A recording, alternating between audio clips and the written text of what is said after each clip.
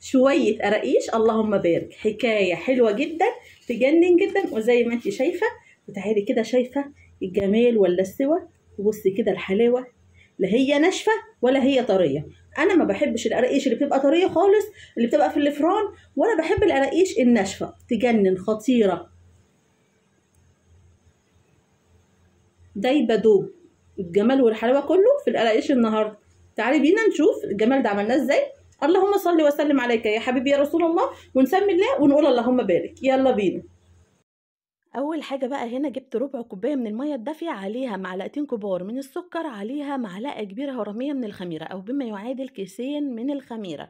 قلبيهم كويس جدا جدا جدا وغطيهم واركنيهم على جنب. كيلو من الدقيق، عليهم معلقتين كبار من السمسم، عليهم معلقه ونص كبيره من الشمر على اليانسون طحنتهم في المطحنه، معلقه كبيره من المحلب، معلقتين كبار من اللبن البودر، رشه من الملح. وقلبي كل المكونات الجافه دي مع بعضها كويس جدا. وتعالي بقى هنا معايا المواد الدهنيه بتاعتي، كوبايتين الا ربع من السمنه اي نوع، على نص كوبايه من الزيت، والزيت هنا ضروري جدا، ما تشيليش الزيت. يبقى كوبايتين الا ربع من السمنه على نص كوبايه من الزيت، بما يعادل المواد الدهنيه كلها كوبايتين وربع. المقادير مظبوطه جدا جدا. اي نوع من الدقيق. تمام. خلاص قلبت الدقيق مع المواد الدهنيه كويس جدا. رحت نازله بقى بالربع كوبايه من الخميره اللي هي الخميره اللي احنا عملناها. وبعد كده معايا كوبايه من الميه. هتاخد مواد سائله قد ايه؟ هتاخد كوبايه وربع من الميه، ربع كوبايه حطينا عليه الخميره والسكر، وبعد كده كوبايه من الميه اللي هي ال 250.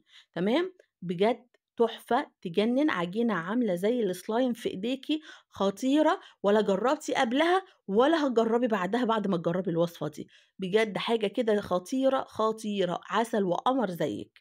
هاتي بقى المفرش السيليكون بتاعك، وضروري ومهم جدا في كل بيت، وهقول لك واحنا شغالين ليه. تعالي بقى كده هاتي العجينه بتاعتك وابداي افرديها بايدك، بالمردنه، بالنشابه، اي حاجه. تمام. وابداي بقى قطعي، بعد ما سويتي الاحرف قطعي القراقيش الحجم اللي انت عايزاه، وبيبقى سمكه او الارتفاع بتاعها يعني حوالي نص عقله او اقل من نص عقله الصباع، لان هي بتخمر معايا. هاتي بقى الصينيه بتاعتك من غير ما ندهنها ولا نحط فيها اي حاجه، ونسيبها بقى تخمر، ولا تغطيها ولا اي حاجه، تسيبيها زي ما هي كده تتخمر. جبت نص كيلو من العجوه، عليهم معلقه كبيره من الزبده، وقلبتهم كويس في بعض.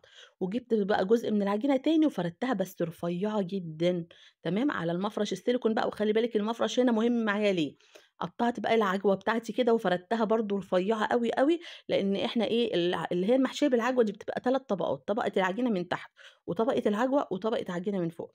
انا هنا العجوه طبقه العجينه هحسها عاليه قوي، فهشيل منها جزء. وبالمفرش السيليكون بصي قلبت العجينه، ان انت ممكن لما تيجي تقلبي العجينه ممكن تتقطع من رفعها في ايديكي، لكن المفرش السيليكون بيقوم قلبها معاكي بكل سهوله. وبعمل برضو عليه العجوه، يعني اخلي العجينه لفوق وافرش العجوه لتحت، واقوم قلبه العجوه على العجينه وكده. بس ده ما صورتوش معاكم. تعالي بقى هتاخدي احلى قراقيش، والله هتدعي لي عليها وانا واثقه من كلامي. قطعيها بقى زي ما بقول لك الحجم اللي انت حباه، طويله، رفيعه، تخينه، رفيعه، بصي اللي انت حباه بقى ده بطريقتك. سبتها لما خمرت كده، طبعا بقى كنت شغلت الفرن قبلها ب10 دقايق على الشبكه، حطيتها في الرف اللي فوق الوسطاني على درجه حراره بقى 180 190، وبتقعد في الفرن حوالي 25 دقيقه. لما تلاقي الوش اتحمر الدرجه اللي انت حباها، طلعيها بألف هنا وشفا على قلب اخويا. انا النهارده القراقيش كنت عاملاها لاخويا، بألف هنا وشفا على قلبه. اسيبكم بقى مع الجمال ده. وبكده حبايبي نكون خلصنا النهارده مع بعض احلى كميه قراقيش. بصوا اللهم بارك، انا عامله كميه علشان احنا والعيله، وعامله شويه لاخويا.